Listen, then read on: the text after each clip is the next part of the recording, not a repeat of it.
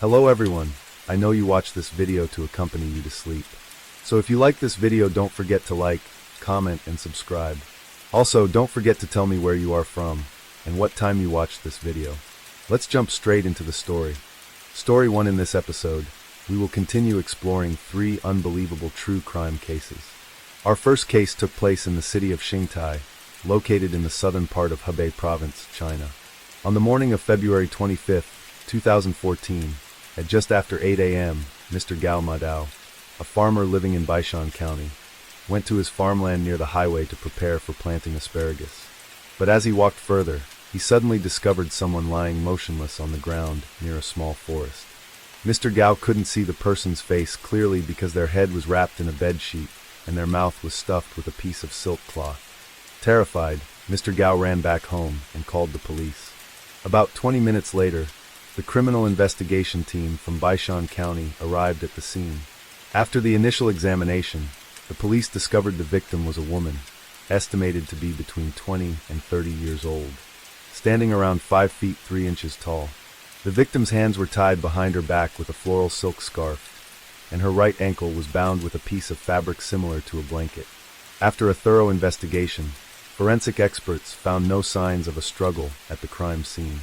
However, they did find 2 bruises on the left temple of the victim. There was also a pool of blood on the ground where the victim's head had been resting, and at the back of her head, forensic experts found a blunt force injury. The police's initial theory was that this severe blow likely caused the victim's death. However, police did not find the murder weapon at the scene. What they did find was a black mask near the body. This mask could cover the entire head, leaving only 3 small holes in the front. It appeared to be a full professional mask. Baishan County police speculated that this mask might have been used by the killer. After committing the crime, the perpetrator likely discarded the mask at the scene. Additionally, the police discovered a cigarette butt and an empty bottle of mineral water at the crime scene. Investigators quickly collected these important pieces of evidence and brought them back to headquarters for analysis. The Baishan police speculated that if these items were unintentionally left behind by the perpetrator, they could represent a critical flaw in the killer's plan. However, the truth of the case was far more complicated. Based on the crime scene investigation, it appeared that the victim may have been kidnapped and threatened then brought to this small forest. The perpetrator likely used a blunt object to strike from behind, delivering a fatal blow. Therefore, the spot where the victim fell was likely the original crime scene. But one strange detail stood out. The crime scene, despite being in a small forest, was only about 100 feet from a busy highway. Committing a crime in such a location would be highly risky and likely to be noticed. So why did the killer choose this spot to carry out the murder? During further investigation, Baishan police discovered 2 distinct footprints leading from the highway into the small forest. These footprints varied in size and led to the location where the body was found. Upon comparison and analysis, the police quickly realized that the smaller footprint matched the size and pattern of the victim's cotton slippers. Therefore, they deduced that the larger footprint must belong to the perpetrator. After a technical analysis of the larger footprint, Baishan police made a preliminary assessment of the killer's physical characteristics. The suspect was a man wearing size 10.5 men's shoes during the crime. His body type was average but slightly lean, with a height estimated to be between 5 feet 9 inches and 5 feet 11 inches. The suspect was likely between 30 and 50 years old. As for the direction the killer took after the crime, the police found additional evidence.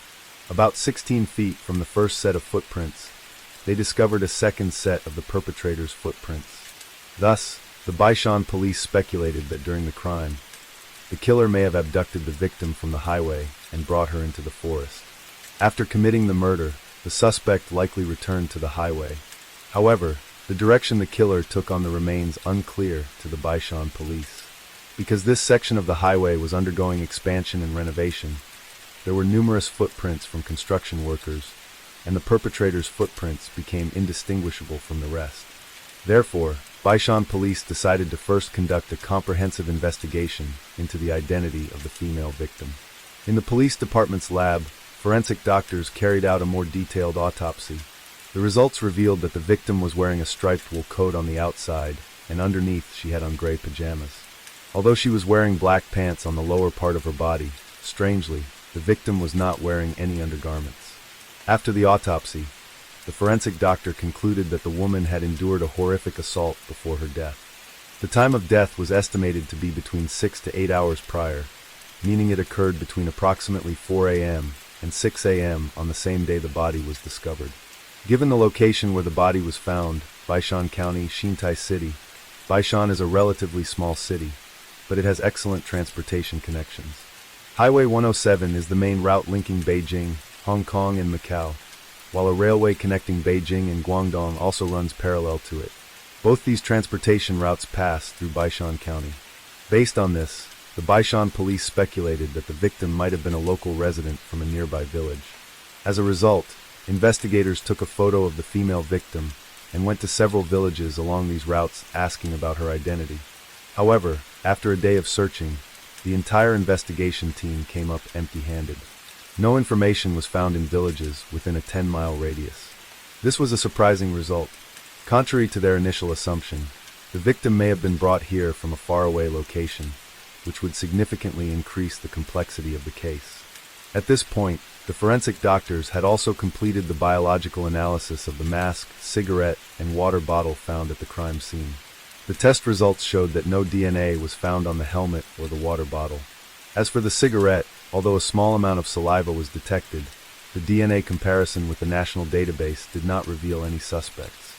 Additionally, DNA from male semen was found in the victim's body, but the results also did not match anyone in the database.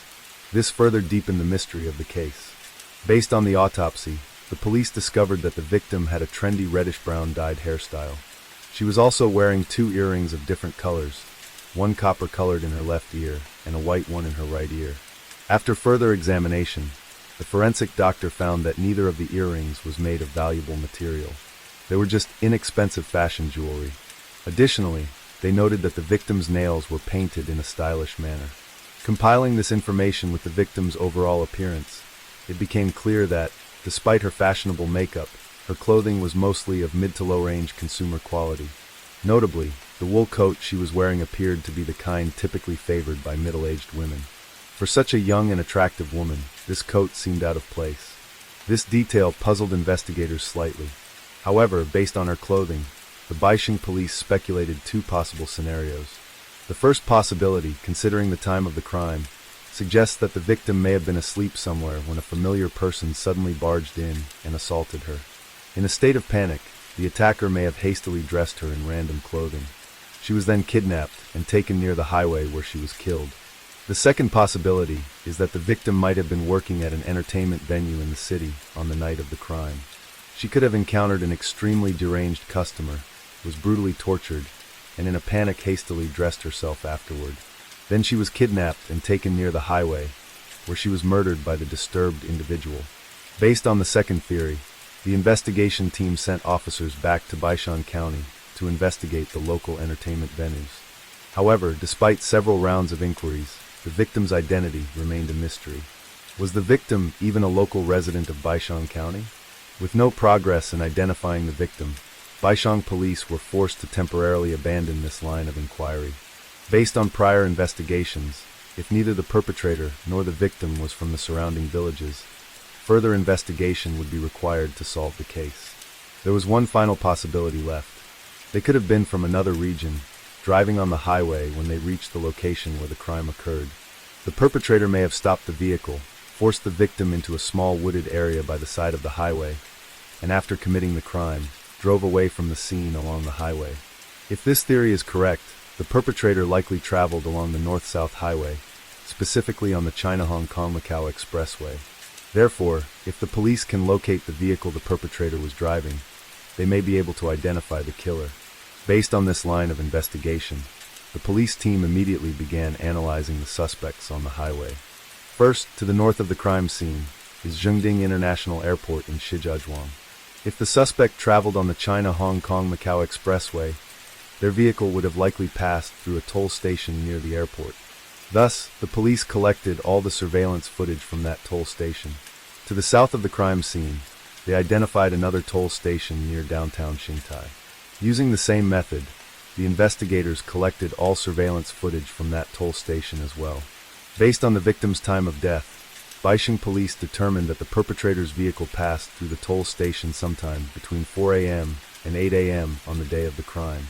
During this time frame, every vehicle passing through both toll stations had to be meticulously checked. After reviewing the initial surveillance footage, Baisheng police identified a total of 171 cars and trucks within the scope of investigation. However, tracking these vehicles proved quite complex.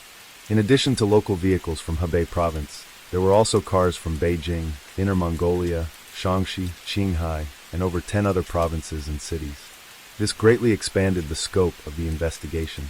As a result, the investigation team divided forces to conduct follow-up inquiries at the locations of these vehicles.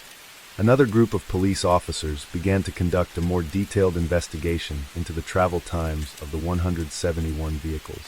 It didn't take long for them to find a suspicious vehicle, a silver-gray pickup truck.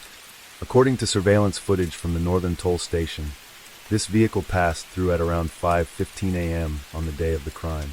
Under normal driving conditions, the pickup truck should have reached the southern toll station in about an hour and a half. However, according to the surveillance footage from the southern toll station, the pickup truck passed through at 7:45 a.m., meaning it took over 2.5 hours to cover the distance where the crime occurred. This raised suspicions among the investigators. Upon investigating the vehicle's owner, the police found that the driver of the pickup truck was Yi Jiming, a resident of Hubei province. Faced with the sudden appearance of the police, Yi Jiming appeared quite confused. Investigators asked him, "Did you experience anything unusual on the highway on February 25, 2014? Yi Jiming responded, "I was exhausted after playing cards with friends the day before, so I took a break for over an hour at a service station along the way." He even provided a witness who was with him to corroborate his story. At that point, the police eliminated him as a suspect. Shortly after, the police discovered another suspicious vehicle. It was a black Toyota with Jiangsu province license plates. According to surveillance footage, this car had entered the Beijing-Hong Kong-Macau expressway from launching town in Shijiazhuang and headed toward its destination. The final destination was Longyao County, south of Xingtai City. Under normal driving conditions, the driver should have reached his destination in about an hour. However, on the night of the crime, this vehicle spent over 3 hours on the highway. The police quickly identified the owner of the car as Feng Shiji. According to the vehicle's registration, Feng Shiji, 42 years old, was a local resident of Longyao County. His physical characteristics also closely matched the police's description of the suspect. When investigators reached Longyao County Police Headquarters, they contacted Feng Shiji by phone. His reaction was highly suspicious. Initially, he claimed he had an urgent family matter and couldn't come to the station to provide a statement. After several reminders from the investigators, he finally agreed to come to the station at 4 p.m. that same day. At the scheduled time, Feng Shiji did not show up and his phone could no longer be reached. This unusual behavior increased the police's suspicion. At this point, Baisheng County Police received another crucial lead. The investigation team found that Feng Shiji's vehicle had previously been involved in a traffic violation, and at that time, a young woman named Su Honglan, 21 years old, from Shaanxi province, had paid the fine on his behalf. When police looked at a photo of Su Honglan, they noticed that her face bore some resemblance to the female victim.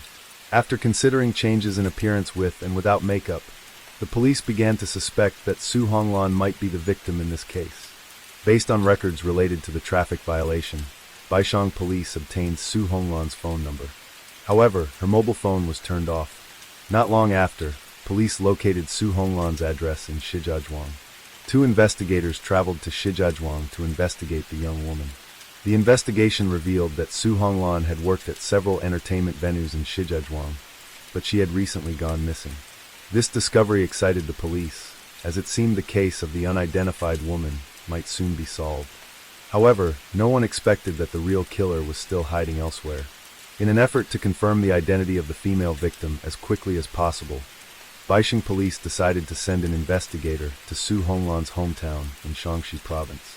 Upon arriving in Yangshuo County, Hunan City, Shaanxi province, the police were surprised to learn from Su Honglan's father that his daughter had not gone missing. He explained that Su Honglan had simply changed jobs and updated her mobile phone number. Following these new leads, Baisheng police eventually located Su Honglan in Shijiazhuang.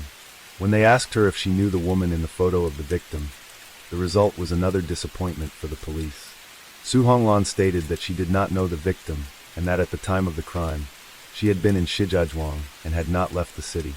Shortly after, investigators located the owner of the suspect vehicle. According to Feng Shiji's statement, he did not come to the police station as scheduled because he had an urgent family matter to handle, and his phone had run out of battery, causing it to turn off. Investigators continued questioning Feng Shiji, asking why his vehicle was on the highway for over 3 hours on the night of February 25th. Feng Shiji smoothly replied, "My car broke down, and it took me more than an hour to fix it." He then called someone who had been with him to serve as a witness. Once again, the police were left disappointed and had to leave without further leads. Baishang police were forced to continue investigating the remaining vehicles on the list. When they reached vehicle number 68, it caught their attention. It was a yellow car from Chang'an, a Chinese automaker. Based on surveillance footage, this vehicle entered the highway from Shijiazhuang at around 3 a.m. on February 25th, heading south and passing through Baishang County. By 6:15 a.m. that same morning, the vehicle returned to Shijiazhuang. This means the car made a round trip on the highway during the exact time frame the crime occurred. Unfortunately, due to the heavy fog that night, the highway toll station cameras did not capture a clear image of the driver. However, using the car's license plate, Baishang police quickly identified the vehicle's owner. According to the registration, the owner was Li Jianhua, a 60-year-old woman with an address in Shijiazhuang, Hebei province. Investigators then visited Li Jianhua's registered home address. To their surprise, they found that Li Jianhua no longer lived there. According to a neighbor, Li Jianhua had sold the house 2 years ago and moved away, but no one knew where she had relocated. Investigators then showed the neighbors a photo of the female victim, hoping to gather clues about her identity. Surprisingly, the neighbors all confirmed that Li Jianhua had a daughter, but the daughter rarely came home as she stayed at her school most of the time. However, they could not confirm whether the victim in the photo was Li Jianhua's daughter. At this point, the police had a vague but suspicious lead regarding the victim's identity, but they still had no way of locating Li Jianhua or her daughter. The police then issued a public notice on Hebei province's television station, hoping to gather helpful leads from the public. Fortunately, 3 days after the notice was broadcast, a man named Li Jianhui, a 56-year-old from Shijigang, called the Baishang County Police. He told them over the phone that the photo of the female victim in the notice looked like his sister's daughter, his niece. Li Jianhui later went to the Baishang County Police Station to confirm the body. He eventually identified the murdered victim as his niece, Zhang Xiaoding. Based on Li Jianhui's testimony, his sister, Li Jianhua, was the owner of the yellow car. 2 years earlier, when Zhang Xiaoding graduated from high school, she started working. As a result, Li Jianhua decided to move back to her hometown with her husband, Jian Long, start a new life in another county. Li Jianhui also added that his niece had just turned 19 and was working at a clothing store, while his sister worked at an insurance company. Her husband, Jian Long, drove a taxi during the day and would cook dinner at home, waiting for his wife and daughter to return from work. Although Zhang Xiaoding was adopted, the three of them had a close and loving relationship over the years, overcoming many difficulties together. Initially, life for Li Jianhui's family was improving. However, just 9 days prior, Li Jianhui suddenly realized that he couldn't reach his sister by phone. He initially thought his sister had either forgotten to charge her phone or hadn't brought it with her. The next day, Li Jianhui called Li Jianhui again, but still, he couldn't get through. Concerned, he contacted his brother-in-law. Jian Long explained that on the afternoon of February 24th, Zhang Xiaoding's boyfriend came to their home to meet the family. Afterward, Li Jianhua and Zhang Xiaoding went out together and had not returned home since. Jian Long was very worried. Starting from February 25th, he had tried to contact both Li Jianhua and Zhang Xiaoding, but their cell phones were turned off the entire time. On Li Jianhua's side, he was also very worried and called his brother-in-law asking if they should report the case to the police. At that point, Jian Long replied, "There's no need to report to the police." He explained that he had received a message from his wife. Jian Long then forwarded the message to Li Jianhui. In front of the Baishan County Police, Li Jianhui showed everyone the message his brother-in-law had sent him. The message read, "Jianhui, your sister and niece are fine. We are safe in a distant place. Don't worry. Stay with your brother-in-law for a few years." I'm not at peace with the current situation, and I can't accept normalcy. So let's meet again in 4 years. During that time, don't contact us. Just treat it like we've disappeared, and don't search for us. I will give Jie Yunlong 50,000 yuan to help him get through this year. Please help me give it to him. We'll talk in more detail when we meet in 4 years. Whether you help or not, it's entirely up to you. After reading this message, investigators quickly noticed some suspicious elements. First, the motive behind Li Jianhua sending this message seemed odd. After losing contact with Li Jianhua and Zhang Xiaoding, Li Jianhua had never been able to reach them. So Li Jianhua likely didn't know her brother was searching for them. Second, if Li Jianhua had decided to send this message to her brother, she could have simply used her own phone to message him directly. Why complicate things by going through Jie Yunlong? The third point was based on Li Jianhua's recollection. His sister Li Jianhua had previously told him that she was against her daughter, Zhang Xiaoding, living with her current boyfriend. So why had she suddenly changed her mind and gone off with the two of them? Given these suspicious details, Baishan County Police proposed a theory. This strange message might have been written by Jie Yunlong himself. But why would he do such a thing? Perhaps only by finding Jie Yunlong or Li Jianhua could they uncover the full truth of the case. Based on the leads provided by Li Jianhui, Baishan Police went to the family's home to investigate. This was Li Jianhua's house, but the front door was tightly locked. After a preliminary check, investigators confirmed that no one had been living there for several days. They then proceeded to Jie Yunlong's hometown to gather more information. In another village, police found Jie Yunlong's father. Based on his testimony, police learned that Jie Yunlong had returned to his hometown a week earlier. When his father asked why his wife and niece hadn't come with him, to his father's surprise, Jie Yunlong said, "Li Jianhua and her daughter have gone missing. I have no idea where they went." This statement was clearly the opposite of what Jie Yunlong had told Li Jianhui. Based on this, Baishan County Police concluded that Jie Yunlong was the prime suspect. Investigators contacted Li Jianhui and used his phone to reach out to Jie Yunlong, knowing that Jia would likely meet with Li for the 50,000 yuan. On the morning of March 8, 2014, Baishan County Police arrived at the location where Li Jianhui and Jie Yunlong had arranged to meet. At around 11 a.m., the suspect arrived at the meeting point in the yellow car. Within 3 minutes, the police quickly arrested Jie Yunlong. On the way back to the Baishan County Police Station, Jie Yunlong confessed to his crimes. At first, he told the police that he had killed his daughter, Zhang Xiaoding, and dumped her body in the forest near the highway. After a few seconds of silence, Jie Yunlong continued and admitted, "I also killed my wife Li Jianhua." This confession left the police in complete shock. When Li Jianhui heard the news, he too was in disbelief, unable to understand how his brother-in-law could be so cruel. The story began in 1994, almost 30 years earlier. At that time, Jie Yunlong was 20 years old, married, and had a child in his hometown of Yuanxia County. Though the family was poor, they managed to get by through farming. Unfortunately, while his wife was pregnant, Jie Yunlong gave in to his youthful desires and sexually assaulted a young woman. He was convicted of rape and sentenced to prison. His wife filed for divorce, leaving behind their newborn twins and moving away from Yuanxia County. With their son in prison, Jia Yanlong's parents were left to care for the twins. They hoped their son would reintegrate into society after his release. However, when Jia Yanlong was released in 1998 after serving 4 years, he didn't return to his hometown. Instead, he moved to Zhengding, about 30 miles away, to start a new life. Jia Yanlong learned how to cook and began working as a chef at a restaurant in Zhengding. Not long after, Jie Yunlong met Li Jianhua at the restaurant. Although Li Jianhua was 42 years old at the time, she looked much younger because she took great care of herself and applied makeup daily. Jie Yunlong, who was 25, began to pursue her enthusiastically. Despite the 17-year age difference and the fact that Li Jianhua had been through a failed marriage and had an adopted daughter named Zhang Xiaoding, Jie Yunlong wasn't bothered by any of that. In fact, Li Jianhua felt a bit embarrassed by this, especially in front of family and friends. She was always worried about people gossiping and judging her younger boyfriend. Soon after, the two began living together, though they hadn't officially married. The early days were sweet.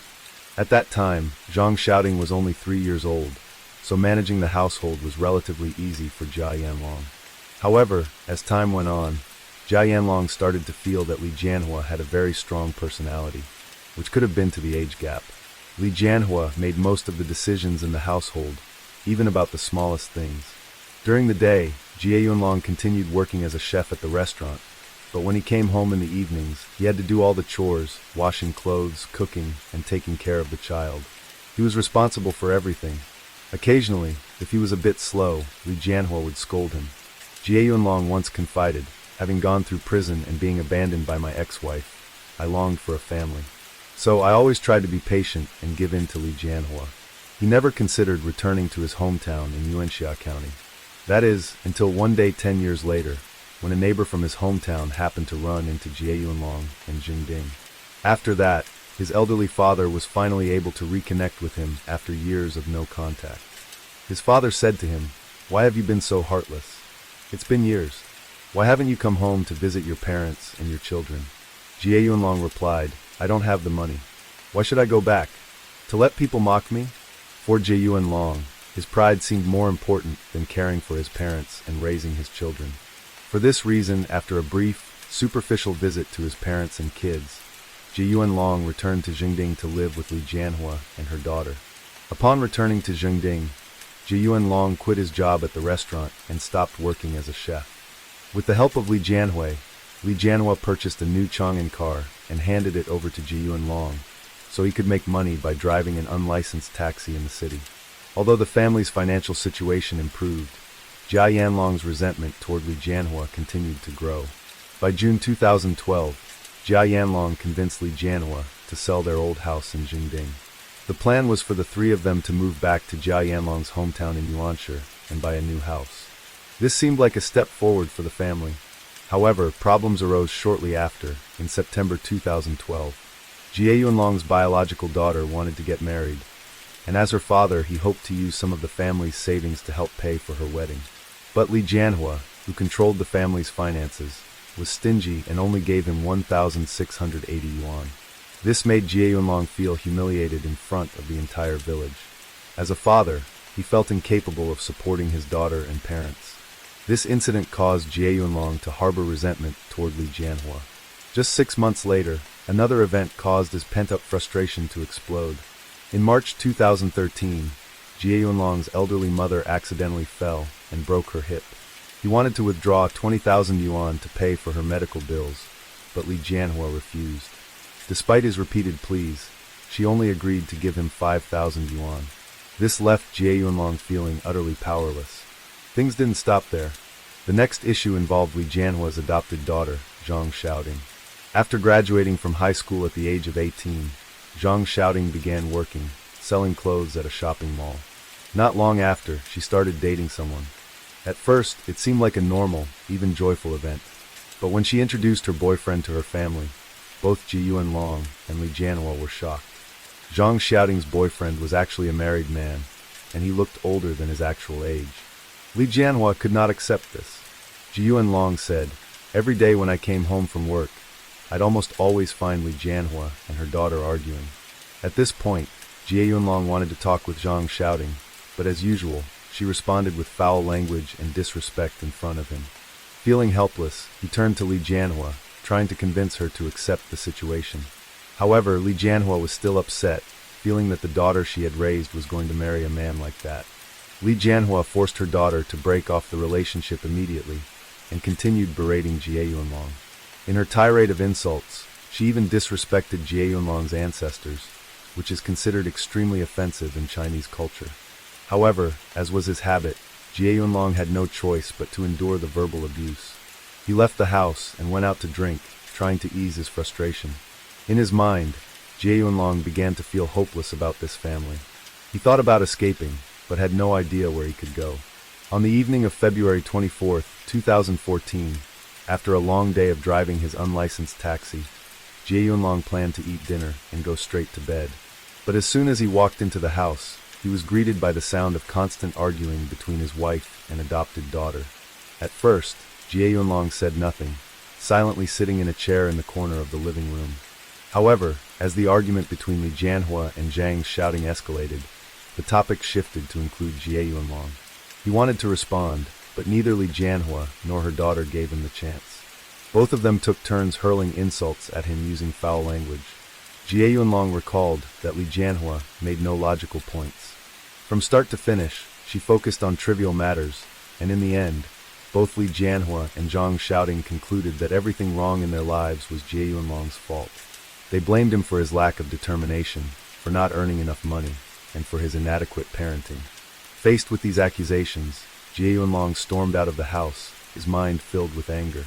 He went to a nearby restaurant to drink away his sorrows.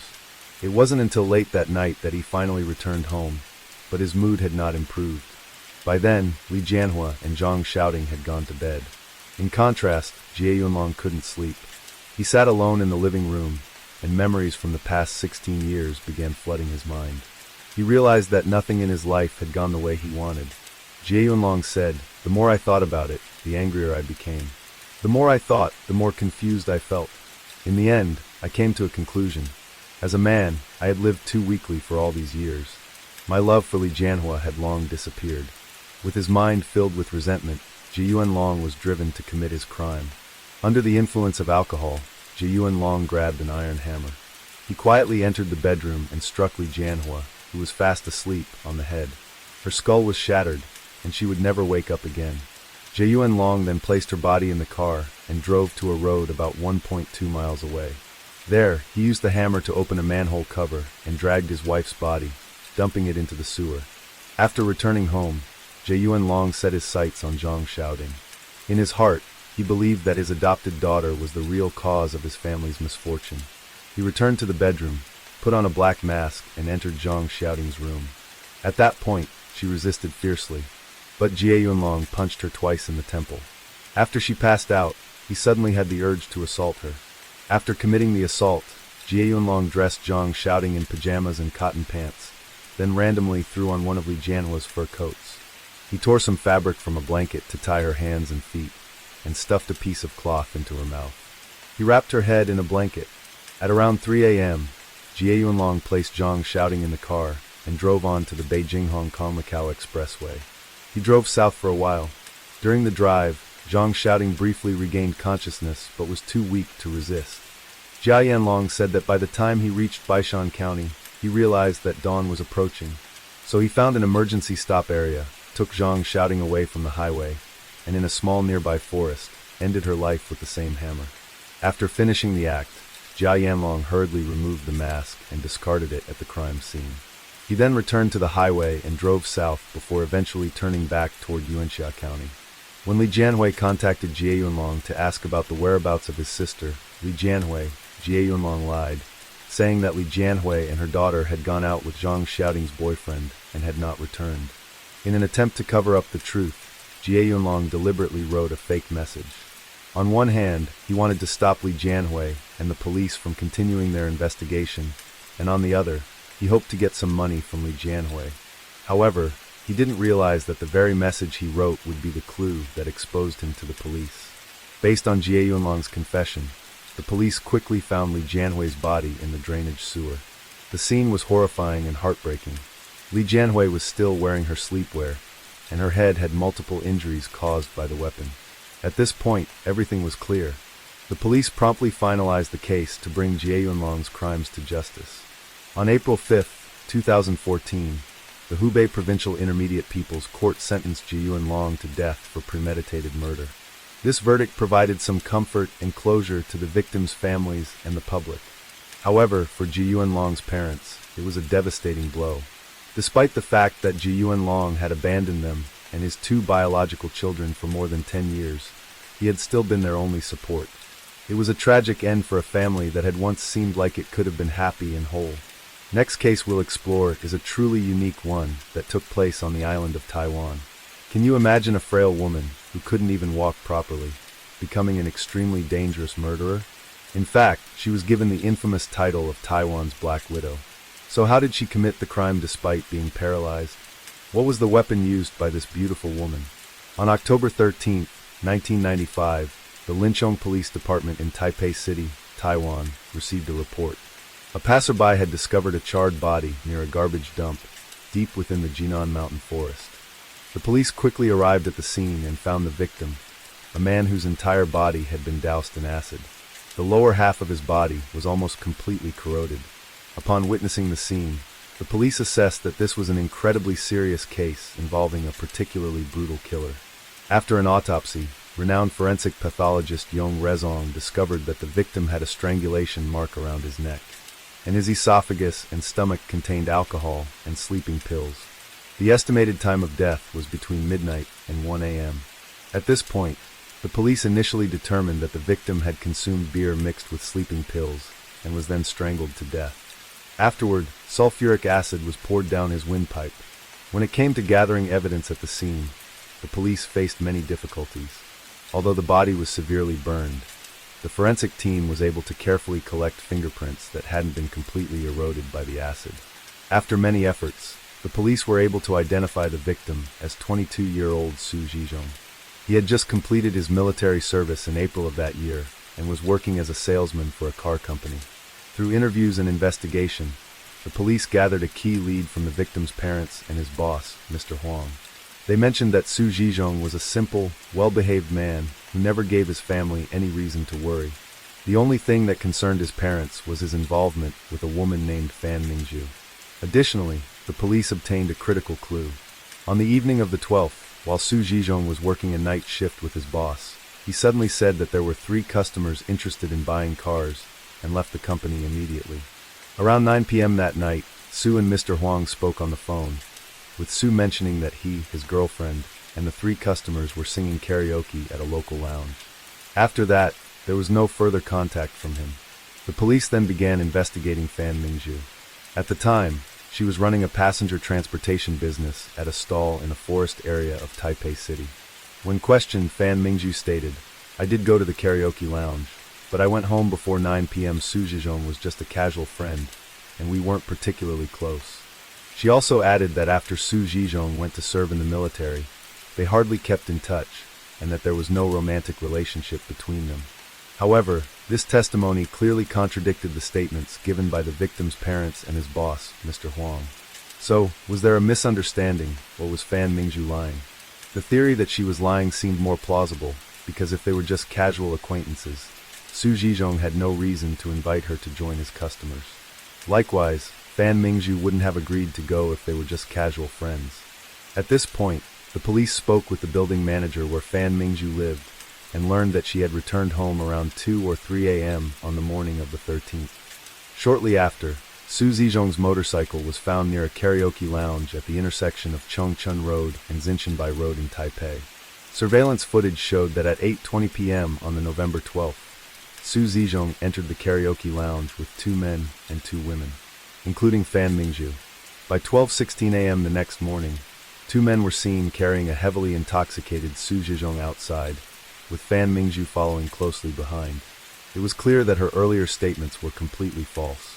However, this case now appeared to involve more people. So, who were the 2 men who escorted Su Zhizhong? And where did they go after leaving the karaoke lounge? To ensure they gathered accurate evidence, the police decided to secretly monitor the suspects. The following day, they uncovered 2 suspicious phone calls. It was Fan Mingzhu who had called the 2 men to take Su Zhizhong away that night. In one part of the conversation, Fan Mingzhu said, "I have an urgent matter. Wait for me at home, and if the police come, don't say anything." Not long after, the police arrested everyone who had been present that night and began interrogating each person individually. Surprisingly, within just a few hours, the case began to unravel. It turned out that 7 people in total had entered the karaoke lounge that evening, including 3 friends of Fan Mingzhu, Lu Zhenghong, Zhou Junji, and Su Sufan.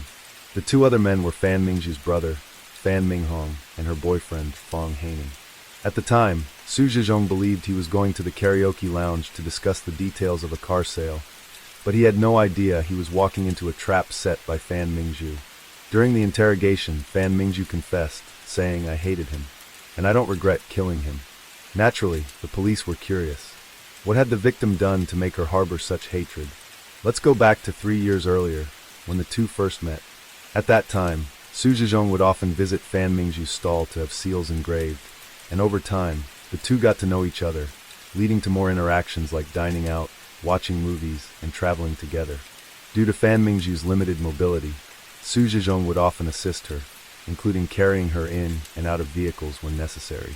However, Fan Mingzhu claimed that Su Zhizhong wasn't as innocent as his parents portrayed him. According to her, he was abusive. The two frequently argued during their relationship, and even Su Zhizhong's parents disapproved of them being together, possibly due to Fan Mingzhu's inability to walk normally. During the time Su Zhizhong was completing his military service, Fan Mingzhu began a relationship with Fang Haining, a married man. She then decided to break up with Su Zhizhong, but he refused. Not only did he threaten to kill Fan Mingzhu's entire family, but he also frequently used his crutches to intimidate and physically abuse her. At this point, Fan Mingzhu's brother, Fan Minghong, became frustrated with Su Zhizhong's behavior. On one occasion, when the three of them went on a trip together, Fan Minghong and Su Zhizhong got into an argument, which led to Fan Minghong attacking Su Zhizhong and hitting him on the head. It's worth noting that Fan Minghong was already serving a suspended sentence for a robbery conviction at the time. If Su Zhizhong decided to press charges, Fan Minghong would likely end up back in prison. Su used this as leverage, threatening Fan Mingzhu that if she broke up with him, her brother would be sent to jail. With no other options, she felt forced to comply for the time being.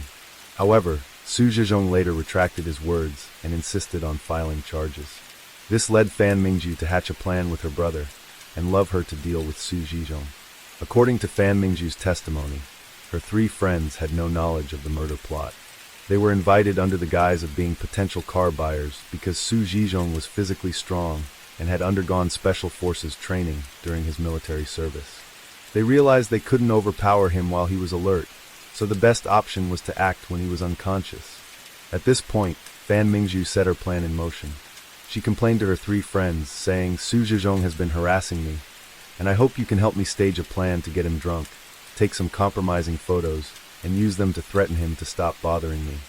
Her friends readily agreed, thinking they were just helping her out. The first attempt took place on November 6th, with Fan Mingzhu orchestrating the plan. They all met at a beer bar on Chongqing Road, but despite how much they drank, Su Zhizhong didn't get drunk. With that plan failing, Fan Mingzhu moved to Plan B. She instructed Su Sufan to crush 12 sleeping pills into a powder and prepared to mix them into the liquor that Fan Mingzhu would bring. This second attempt unfolded on the night of October 12th. Lu Zhenghong and the others pretended to visit the car dealership to view vehicles, then invited Su Zhizhong to the karaoke lounge to drink under the pretense of discussing the car purchase details. Naturally, Su Zhizhong couldn't pass up the chance to make a good sale, so he unsuspectingly invited Fan Mingzhu to join him. This time, after a few drinks, Su Zhizhong quickly fell asleep. Fan Minghong and Fang Haining, who were waiting at the karaoke lounge, took Su Zhizhong away. Fan Mingzhu's three friends thought they had done something helpful for their friend, unaware they had become accomplices in a murder. Meanwhile, Fan Minghong and Fang Haining drove Su Zhizhong to the remote Jinan mountain area, particularly desolate in the middle of the night. Fan Minghong and Fang Haining dragged Su Zhizhong out of the car, stripped him of his clothes, and placed him on an aluminum ladder they had brought with them. They then used a towel to strangle him to death. But they didn't stop there. Fang Haining pulled out a bottle of concentrated acid and poured it over the body. Finally, they lifted the aluminum ladder and threw it into a ravine. The entire time, Fan Mingzhu silently watched. After hearing the details, did you notice something? Fang Haining seemed filled with resentment, as if he and the victim had a terrible history of conflict. And indeed, it turned out that the two were not just rivals in love, but had deep-seated animosity. Let's go back 4 months before Su Zhizhong was murdered. There had been 2 acid attacks in the forests of Taipei. The victim in both cases was Fang Haining's wife. The first incident occurred on July 4th. As Fang Haining, his wife, and their daughter left their home, they were attacked with acid. Fortunately, the assailant missed, and the acid only grazed his wife's shoulder. Thanks to timely medical attention, she sustained only minor injuries. Just over a month later, on August 16th, a strange phone call was made to Fang Hanning's. A man informed them that he had a delivery that required a signature. When Fang Hanning's wife opened the door, a bottle of concentrated acid was thrown at her. She couldn't dodge in time, and the acid severely burned her face. After spending more than a month in the hospital, her appearance was permanently disfigured, and nearly all her hair had been burned off. If not treated properly, there was a risk she could have been blinded. Facing such a tragedy, Fang Haining was filled with hatred for the person responsible. He called the police to investigate, but they couldn't identify the perpetrator. It wasn't until later that Fan Mingxiu told him that the person who attacked his family might have been a man nicknamed Mad Dog, referring to Su Zhizhong. At that stage, no one could confirm whether Su Zhizhong was the one who committed the acid attacks, but he certainly had a motive. It's possible that Su Zhizhong was unhappy about Fan Mingxiao's relationship with Fang Haining and took out his frustrations on his romantic rival's family. Or perhaps Fan Mingxiao didn't know who the real culprit was, but blamed Su Zhizhong to fuel Fang Haining's hatred toward him. Regardless of the truth, Fan Mingxiao had achieved her goal. Fang Haining was now determined to join her in exacting revenge on Su Zhizhong. This might explain why Fang Haining poured acid on the corpse. But is everything as Fan Mingxiao claimed? If Su Zhizhong wanted revenge, the appropriate target would have been Fang Haining, the man who stole his girlfriend. Why would Su Zhizhong attack his rival's wife instead? After all, she was just a victim in this situation. At this point, the police weren't fully convinced by the story, and they put forth a bold hypothesis. The mastermind behind the acid attacks on Fang Haining's family was likely Fan Mingxiao, with Su Zhizhong merely being an accomplice in carrying out the cruel plan.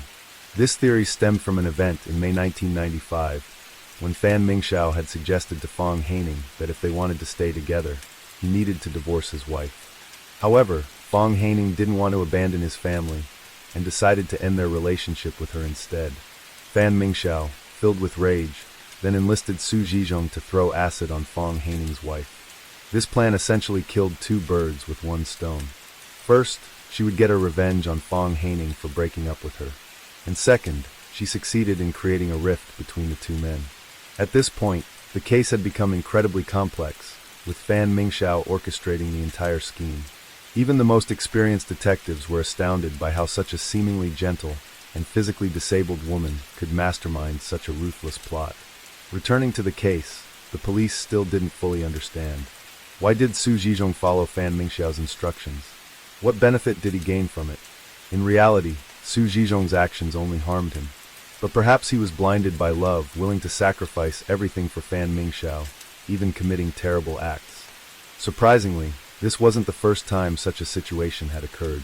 After the media reported on Su Zhizhong's case, an elderly couple came to the police station, hoping they could help find their missing son.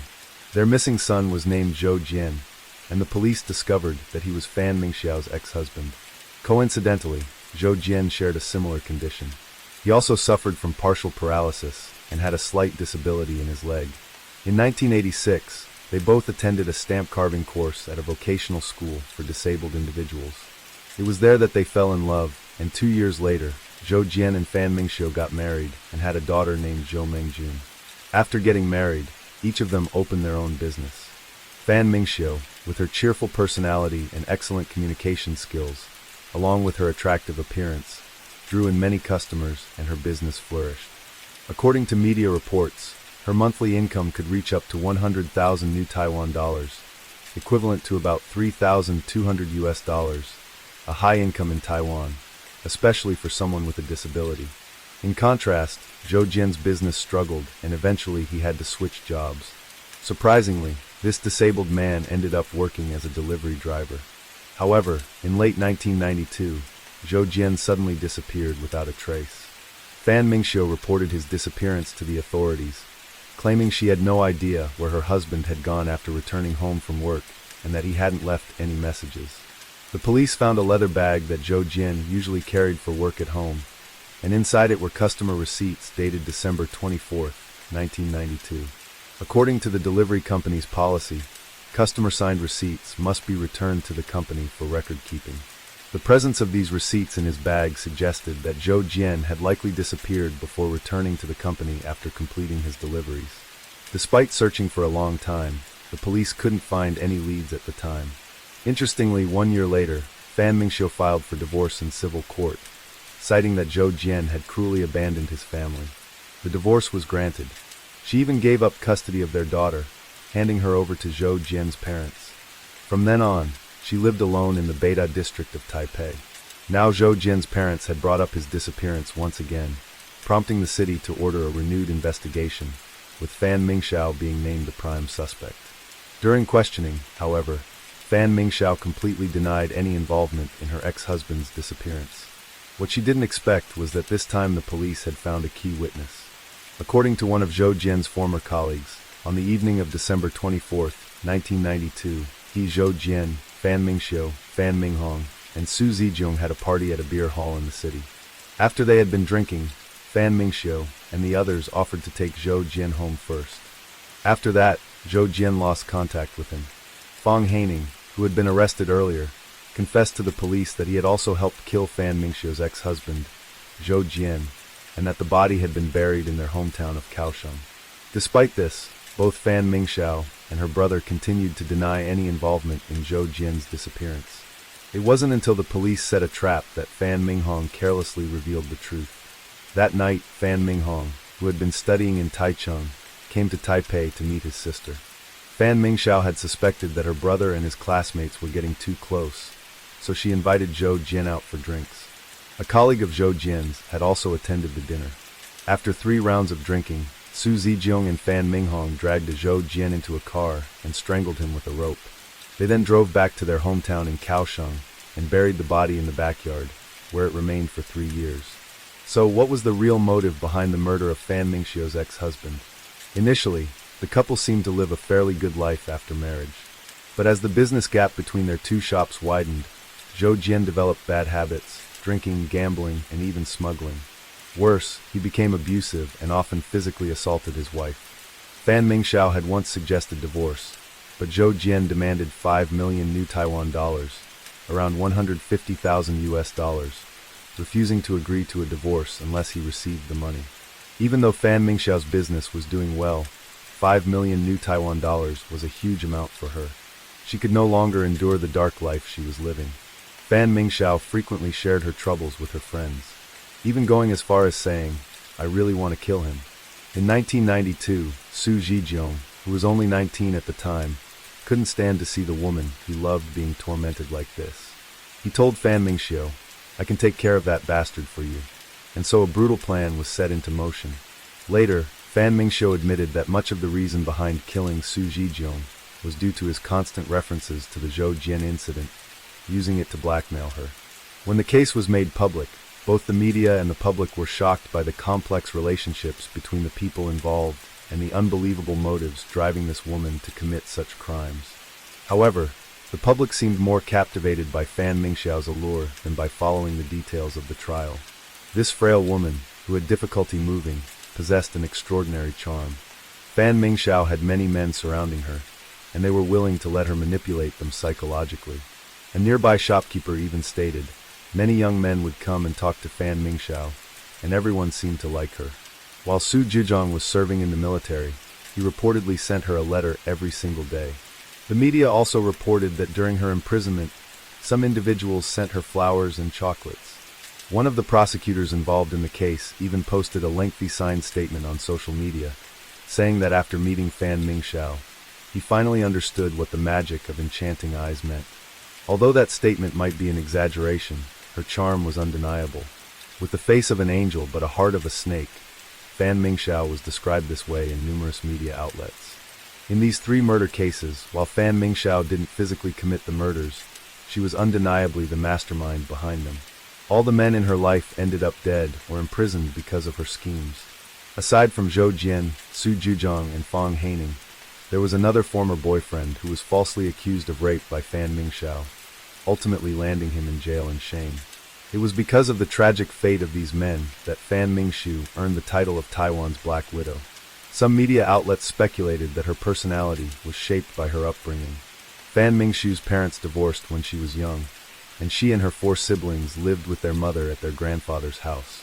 Her grandfather, however, was a notorious boss in the adult entertainment industry. In that environment, Fan Mingxiu was spoiled and accustomed to getting whatever she desired. Even though Zhou Jian and Su Zizhong weren't guilty of committing serious crimes, they had threatened and physically abused Fan Mingxiu. However, given her extreme cruelty and the fact that many others were also victimized by her actions, perhaps this was the greatest price a mother could pay. The haunting guilt of the deaths of her loved ones will stay with her for the rest of her life. It is a reality that cannot be changed. The next case we will discuss is the tragic story of the 3 beautiful sisters. This bizarre incident took place in Nanning, the capital of the Guangxi Zhuang Autonomous Region in China. On February 12, 2009, a gloomy Thursday, a woman living in the Shenzhen neighborhood of Nanning went to the police station early in the morning seeking help. Qin Xiaomai told the police that she had lost contact with her 3 younger sisters for over a day. Their phones were all turned off. She had repeatedly knocked and called out for a long time at the room her sisters rented, but there was no response. As a result, Qin Xiaomai suspected that something unfortunate might have happened to her sisters. So she and her husband reached out to the neighborhood security guards and asked them to contact a locksmith to open the door. However, the security staff informed them that, without the landlord present, they were not allowed to a locksmith at will. This left Qin Xiaomai and her husband feeling both disappointed and worried, so they went to the nearby police station, hoping the officers could help them open the door. After completing the basic registration, the police went to the door of the rental unit where Qin Xiaomai's 3 sisters were staying. According to Qin, the apartment at Unit 703 had 1 living room and 2 bedrooms. Typically, 2 of her sisters, Qin San and Qin Xiaobing, lived there together. The other missing sister, Qin Jianmai, lived in a separate rental unit within the same neighborhood. At this point, the police called a locksmith, and under the supervision of the neighborhood security guard, the apartment door was quickly unlocked. Upon entering Unit 703, Qin Xiaomai immediately noticed her sister's daily belongings neatly arranged in the room. On the desk in the bedroom, the police found some cash and cosmetics. Everything appeared quite normal.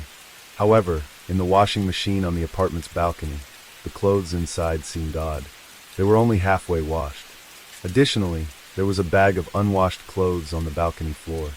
After being identified by Qin Xiaomai, the police learned that the clothes in the bag belonged to her second sister, Qin Jianmei. This led the police to speculate that Qin Jianmei had brought her clothes over to use her sister's washing machine. Midway through, perhaps due to an urgent matter, they all left the rental home together. However, the suspicious part was that all 3 of their phones were turned off at the same time. According to the eldest sister, Qin Xiaomei, their hometown is located in Xiangzhou County, Lakeshan City, in the Guangxi Zhuang Autonomous Region. Their family consists of 4 sisters. More than 5 years ago, the eldest sister, Qin Xiaomai, came to Nanning to earn a living. Eventually, she and her husband opened a fashion store.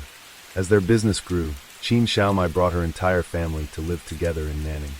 Under her guidance, the 3 younger sisters of the Qin family began their own fashion businesses. The second sister, 24-year-old Qin Jianmai, helped manage the fashion store with her older sister. The third sister, 22-year-old Qin San, and the youngest, 20-year-old Qin Xiaobing, opened another fashion store in the Xinjiang area of Nanning. On the evening of February 10, 2009, the 4 Qin sisters gathered for dinner with their parents. Around 8 p.m. that same day, the eldest sister, Qin Xiaomai, left early as she needed to travel to Guangzhou the next morning to restock inventory. The 3 younger sisters stayed behind to chat with their father for a while, before each left their parents' home on their electric scooters. According to prior arrangements, the youngest sister, Qin Xiaobing, was supposed to pick up her father the next morning and take him to a nearby hospital for his arthritis treatment. However, by midday their father, Qin Xingjuan, still hadn't seen his daughter. He repeatedly called all 3 of his daughters over the course of several hours, but every call went straight to voicemail. Realizing something was wrong, the eldest sister, Qin Xiaomai, became worried and rushed back to Nanning from Guangzhou. At the Xinjiang neighborhood where the 3 sisters lived, Qin Xiaomai and others noticed that their electric scooters were still parked beneath the building. Based on this, the local police speculated that if the 3 Qin sisters had left the neighborhood, they might have walked a considerable distance. However, since the area had no surveillance cameras, it would be difficult for the police to quickly track their movements. According to Qin Xiaomai, her 3rd and 4th sisters often enjoyed going out, so it was possible they had gone to some entertainment venues and hadn't returned yet. Thus that morning, the local police investigated nearby entertainment spots. However, after reviewing surveillance footage, they still found no trace of the sisters. At this point, the 3 Qin sisters were officially considered missing and were entered into the police search network. Meanwhile, Mr. Qin's family reached out to the local press and posted missing person notices about the 3 sisters.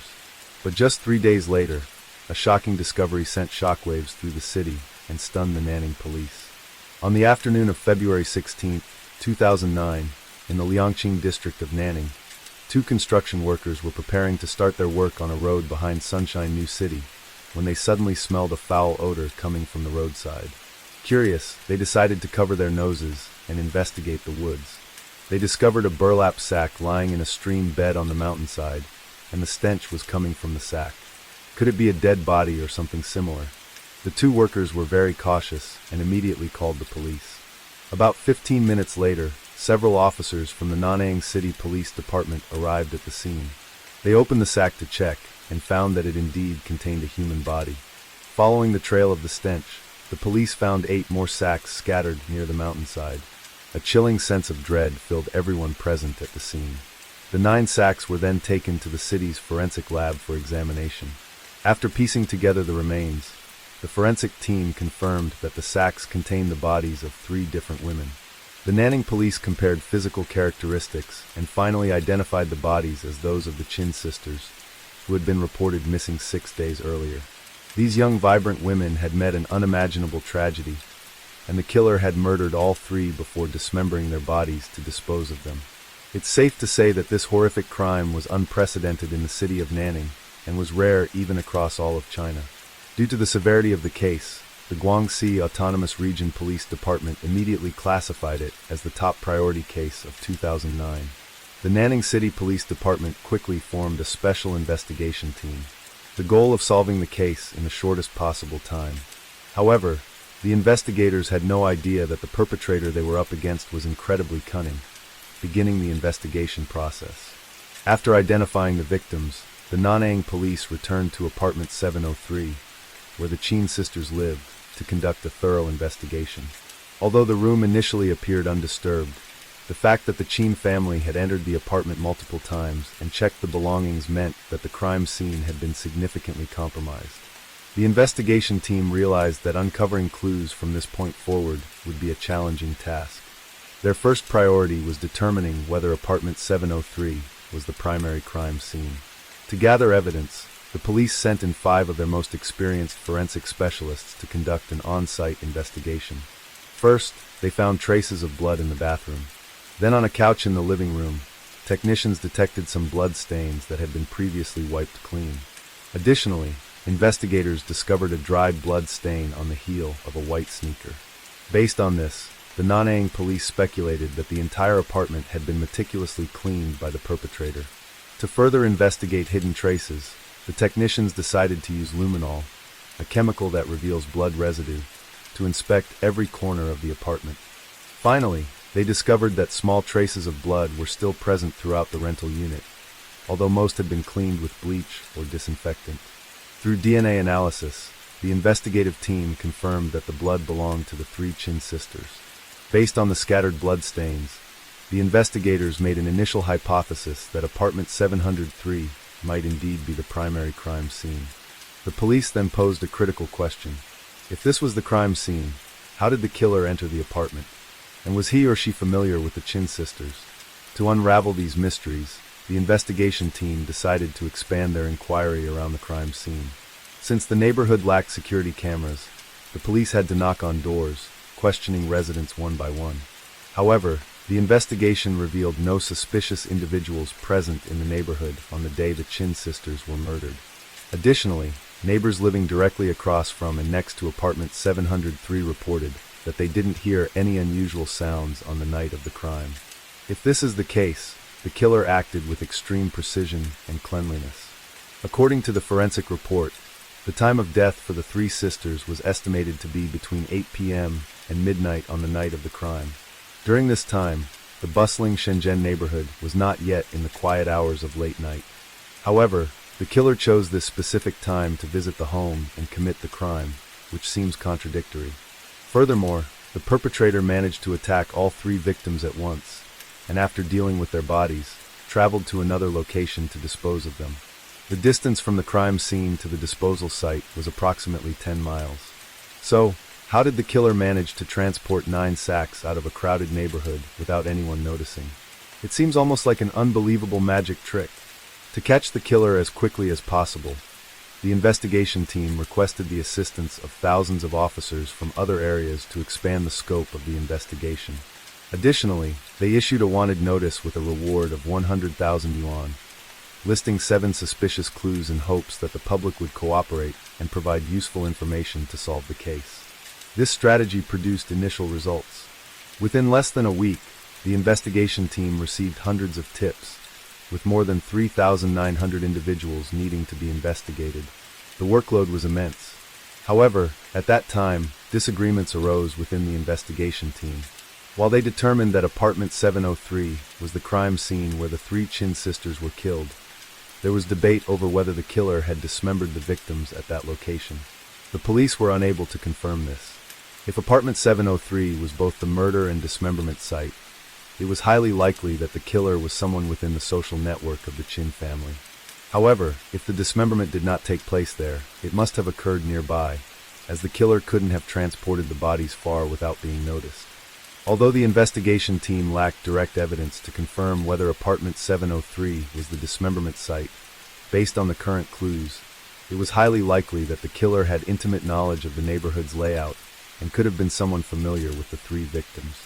Thus, the investigation team decided to start by examining the social network of the 3 Chin sisters and then narrowing it down from there. Within about a week, they had compiled a list of more than 200 people who met the criteria of both being familiar with the area and knowing the victims.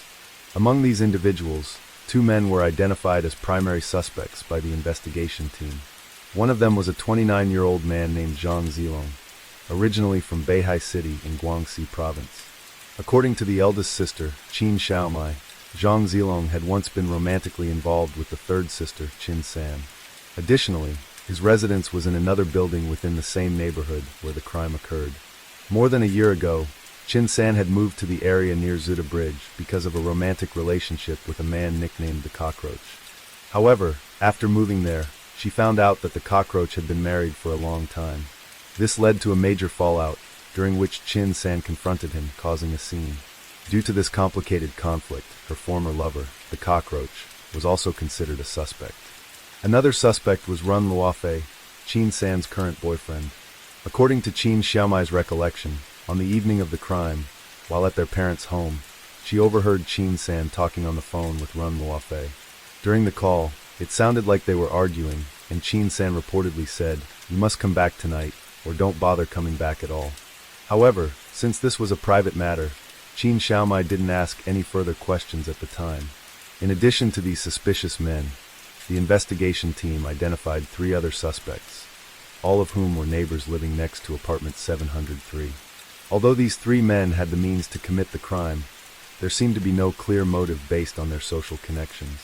When the police monitored their behavior, nothing unusual was detected. Based on their years of investigative experience, the detectives decided to refocus the investigation on Qin San's 2 boyfriends. At this point, a major breakthrough came from the forensic lab at the provincial police headquarters. In apartment 703, technicians found more than 20 blood samples from different individuals. In one particular sample, forensic scientists detected the DNA of an unidentified man. From this, investigators hypothesized that this unidentified man could potentially be the killer. With this valuable DNA evidence, all the investigators believed they were getting closer to capturing the perpetrator. Meanwhile, another team of technicians began searching for clues on the bags used to conceal the bodies. While most of the bags seemed ordinary, one of them revealed a faint but significant clue. Based on its shape and size, the technicians speculated that it might have been a blanket bag. This led the investigation team in a new direction. Could they trace the manufacturing origin of the bag based on its material and design? They reasoned that tracing the factory's order records could lead them to the specific distribution path of the bag. If lucky, they might even identify suspects who had purchased it. Acting on this, the Nanning police sought assistance from relevant agencies and ultimately located the factory where the blanket bags were produced. According to the factory's order records, the bag in question had been manufactured in August 2004. At that time, the factory had produced a total of 2,000 bags, of which 1,000 were sold directly to Nanning Vocational College. Based on the school's records, the purchasers of those blankets in 2004 were more than 800 first-year students. However, finding those students proved difficult for the Nanning police since they had graduated and left the school by June 2007. As part of their daily routine, many students likely took their blanket bags with them when they left. Thus, the Nanning police began tracking down the contact information of these students after graduation. Eventually, the police discovered that 3 of the former students were living in the Shijiang neighborhood where the crime occurred. One of these former students was a 24-year-old Zhuang ethnic man named Lin Xingqing, originally from Guangxi province, and he was a neighbor of apartment 703. In earlier interviews, Lin Xingqing appeared calm, and when investigators analyzed potential motives for the crime, they did not consider him a primary suspect. However, given the current evidence, Lin Xingqing displayed many favorable conditions to commit the crime. Furthermore, with the significant clue provided by the blanket bag, the investigation team had enough reason to suspect that he was the real killer. Despite this, when confronted by the police, Lin Xingqing insisted that he did not know the 3 Qing sisters and had no involvement in their murders. To verify his alibi, investigators brought Lin Xingqing back to the Nanning Police Department and collected a blood sample from him. Not long after, forensic experts compared his DNA, confirming that Lin Xingqing's DNA perfectly matched the sample found in apartment 703. Following this, the task force quickly moved to search Lin Xingqing's residence in apartment 709. At his home, the police discovered critical evidence that helped unlock the case. In the master bedroom's bathroom, the Nanning police found several traces of human blood. After testing these samples, it was confirmed that the blood belonged to the 3 Qing sisters. Confronted with this overwhelming evidence, Lin Xingqing confessed to all of his crimes. However, a perplexing question remained. Lin Xingqing and the 3 Qing sisters had never met before the crime. So what was his true motive for committing these murders? To understand this, we must look back 24 years to 1985, when Lin Xingqing was born in Daxing, a city on the southwestern border of Guangxi province, China. Due to his family's relatively affluent financial situation, Lin Xingqing's parents were able to provide him with plenty of material comforts. However, in terms of social and psychological education, Lin Xingqing was severely lacking. Police learned that Lin Xingqing was an only child, and from elementary school to high school, he lived under strict parental control and was burdened with heavy academic pressure. Although Lin Xingqing didn't want to disappoint his parents after graduating from high school, he only managed to get into a college in Nanning, China. During his time in college, Lin's parents continued to arrange everything related to his education and life to an excessive degree. As a result, after graduating from college, Lin developed a sense of rebellion against his parents' control. At first, he wanted to start his own business in his hometown and open a design company. However, because Lin's parents worked in Nanning, they disagreed, insisting that their son work in the city, rather than stay in a small town. Reluctantly, Lin Xingqing had to apply for a job at a cabinet manufacturing company in Nanning, working as a laborer every day. In the eyes of Lin's parents, working and earning money in a big city was a good start. They were proud that their son had obeyed them from childhood through adulthood, accepting all of their arrangements. But what happened next was something Lin's parents could never have anticipated. Growing up, Lin had never had to worry about material comforts. He was not mentally prepared to enter society after graduating from college. In the 3 years following graduation, Lin struggled with social interactions, switching jobs 3 times in a row. These repeated failures caused him to lose faith in his future. Gradually, he became a complacent worker with little ambition. Lin's wealthy parents bought him an apartment in the Shenzhen neighborhood of Nanning, hoping he would settle down and start a family soon. However, with their constant pressure, Lin Xingqing began to feel increasingly depressed. According to Lin, while he was in college, he had a girlfriend named Lu Hua. But after introducing her to his parents, they disapproved of her. This caused a shift in Lin's mental state. As a result, he developed feelings for a female colleague at work. Unfortunately, this brief romance ended after just 2 months. Lin Xingqing admitted, "At that time, I felt very lonely." He lived alone in his spacious apartment, repeating the same monotonous and dull routine every day. Lin longed for someone to rely on, but he didn't have any close, trustworthy friends. Eventually, he couldn't bear the isolation anymore and retreated into his room, turning to inappropriate content for distraction. In Lin Xingqing's mind, the lack of physical intimacy over a prolonged period left him feeling restless and uneasy. Sometime later, Lin Xingqing noticed 2 cheerful young women moving into the apartment across from his. One of them, Qin San, was very beautiful and quickly caught his attention.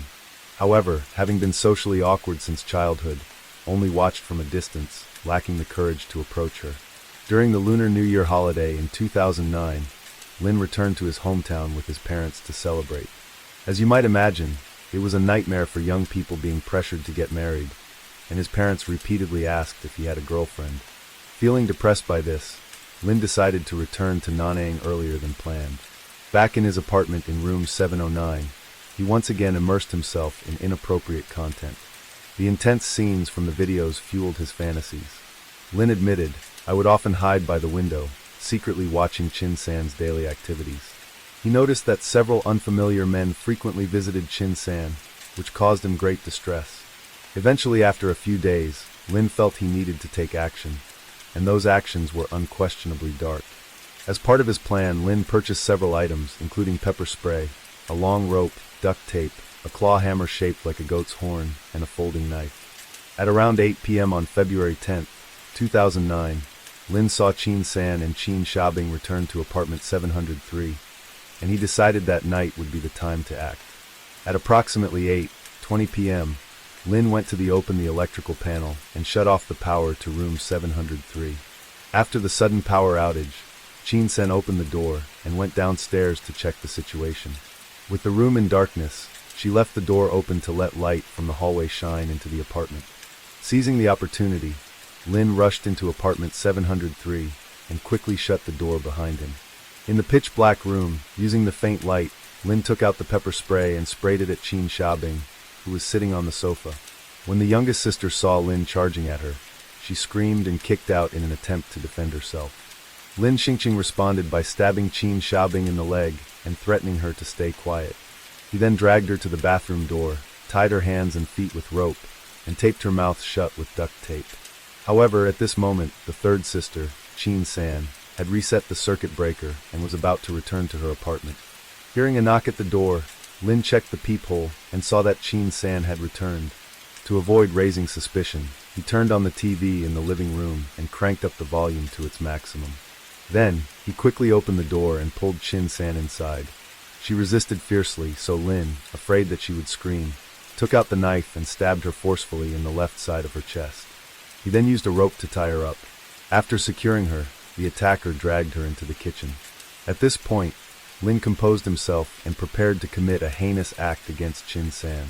At around 9 p.m., there was suddenly another knock on the door of apartment 703. Lin checked the peephole again, and saw that it was another woman, shorter in stature. To avoid exposing his crime, kidnapped Qin Jianmei in a similar manner. Tragically, Qin Jianmei had only come over to use her sister's washing machine, but found herself in a horrific situation. After gaining full control of the three Qin sisters, Lin turned off their cell phones, switched off the TV, and dimmed the lights to avoid drawing attention. At approximately 9:45 p.m. that night, Lin entered the bathroom and attempted to brutally assault the youngest sister, Chin Xiaobing. However, she fiercely resisted. Enraged and fearful that his crimes would be uncovered, methodically murdered all three sisters. During the assault, Lin accidentally cut his finger, leaving behind traces of his blood at the crime scene. The investigators were outraged upon learning about Lin Xingqing's brutal actions. However, what followed was even more chilling and deeply disturbing. To cover up the crime, Lin decided to dispose of the bodies. First, he used duct tape to cover the peephole of apartment 702 across the hall, then carefully transported the bodies of the three sisters back to his apartment in room 709. Next, Lin Xingqing returned to apartment 703. To eliminate any traces of the crime, he used detergent to clean all the blood stains in the apartment. He also took several pairs of shoes and handbags from the room, create the impression that the three Chin sisters had left the house. As a result, on the morning of February 11th, when the Nanang police investigated apartment 703, they found no evidence of anything unusual. Meanwhile, observed the police arriving to investigate the case. He was terrified because the bodies of the three sisters were still hidden in the bathroom of his apartment. After answering the police's questions, Lin returned to work and requested 3 days of sick leave. He then went to a hardware store to buy a steel saw and several plastic bags for packing. Lin completed the dismemberment and packaging in his bathroom, then rode his electric scooter to search for a suitable disposal site. He eventually found a hill behind a neighborhood in Lianqing district, about 10 miles away. Since it was a secluded ravine, Lin decided it was the perfect location for disposal. On February 13, 2009, 3 days after the crime, Lin used his electric scooter to transport the remains. He carried out this task during noon and evening hours, when fewer people were around, making 2 trips in total. After finishing the disposal and thoroughly cleaning his apartment, Lin believed he had covered all his tracks without anyone knowing. However, he had no idea that the Nanang police would quickly identify him through a distinctive blanket bag. On June 5, 2009, the Nanang City People's Procuratorate officially indicted Lin Xingqing. On June 23, 2009, the Nanang Intermediate People's Court held the first trial. In court, Lin detailed the entire process of his crimes. Meanwhile, the family of the 3 victims remained in deep sorrow. The plaintiff's attorney requested that the court sentence the perpetrator to death and demanded compensation for the family's financial losses, totaling over 1.5 million yuan, equivalent to about $210,000. Despite the charges and accusations, Lin Xingqing remained expressionless, cold, and emotionless throughout the proceedings. Regarding the psychological analysis of Lin Xingqing, the prosecutors argued that the primary reason for his crimes stemmed from years of repression combined with romantic disappointments, which led him to act recklessly without regard for the consequences. However, Lin's defense attorney disagreed with this viewpoint. He argued that the reason for Lin's severe criminal actions could not be entirely blamed on him. From childhood through college, had shown good behavior. The defense claimed that the underlying cause of Lin's serious crimes was his exposure to harmful societal influences, such as an addiction to watching inappropriate content. The prosecutor immediately refuted this argument, asserting that the root cause of Lin's descent into criminal behavior was his distorted psychological issues, including his obsession with inappropriate content. At this point, the defense attorney seemed to run out of arguments, but he raised the possibility that Lin might have a mental health issue and requested a psychiatric evaluation. The prosecutor quickly countered, saying, "I disagree with the defense's request for a psychiatric evaluation.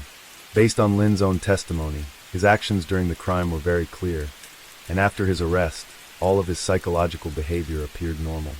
The debate grew increasingly intense.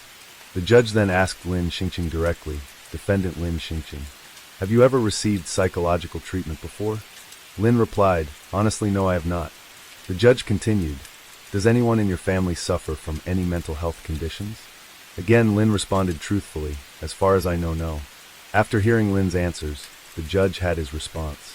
Next, regarding the request for civil and criminal compensation, totaling over 1.5 million yuan from the victim's family, the judge asked Lin if he had any objections.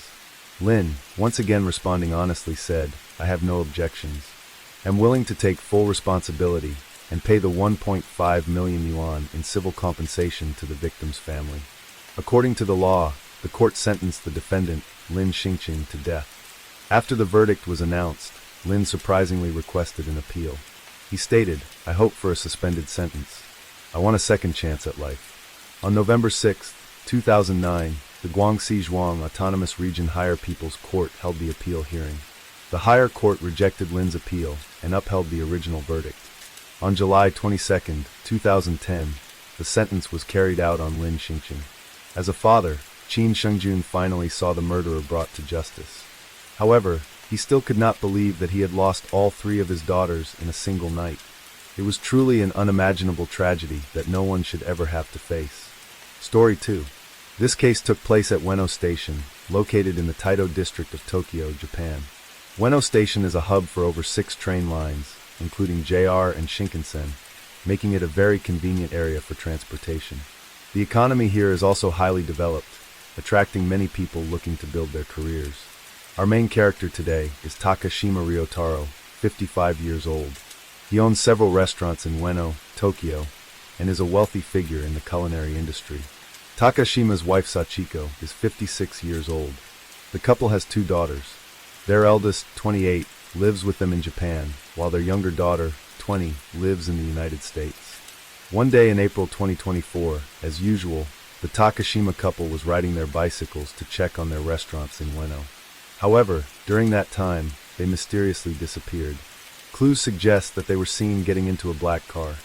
So, what happened to the Takashima couple? On Tuesday, April 16, 2024, at 6:50 a.m. in Nezumachi, Nasu District, 93 miles from Ueno, a forestry worker was preparing to start his day as usual. As he entered the forest, he suddenly smelled something burning. Fearing there might be a fire, he became alert and started searching the area. After looking around, the worker saw smoke rising from a small stream in the distance. He quickly ran over to check the situation. As he got closer, he was utterly shocked by what he saw. He found two figures resembling mannequins burning, crossed in an X shape. Since the bodies were completely charred, it was impossible to tell if they were real people or mannequins. In a panic, he took out his phone and called the police. Once they received the report, the police quickly arrived at the scene. The forest was cordoned off, and the investigation began. A few reporters also arrived after hearing about the incident, drawing significant public attention, due to the dangerous nature of the situation. Upon further examination, two human bodies were found at the scene, crossed in an X formation. Their hands and feet were bound with ropes, and their heads were covered in yellow plastic bags, which were wrapped with several layers of duct tape. The flames on the bodies hadn't fully extinguished yet. The scene was bizarre. Nearby, police found drag marks in the grass and in an unused gas can. The evidence suggested that the forest was not the original crime scene. Initially, the police speculated that the perpetrator suffocated the two victims by covering their noses and mouths with plastic bags, then moved their bodies to this location to dispose of them. Based on the degree of burning, it was likely that the killer hadn't left the scene long before the bodies were discovered. The forestry worker stated that this area is quite remote, and people only come to gather wild vegetables or cut wood. Normally, no one is around except him when he patrols.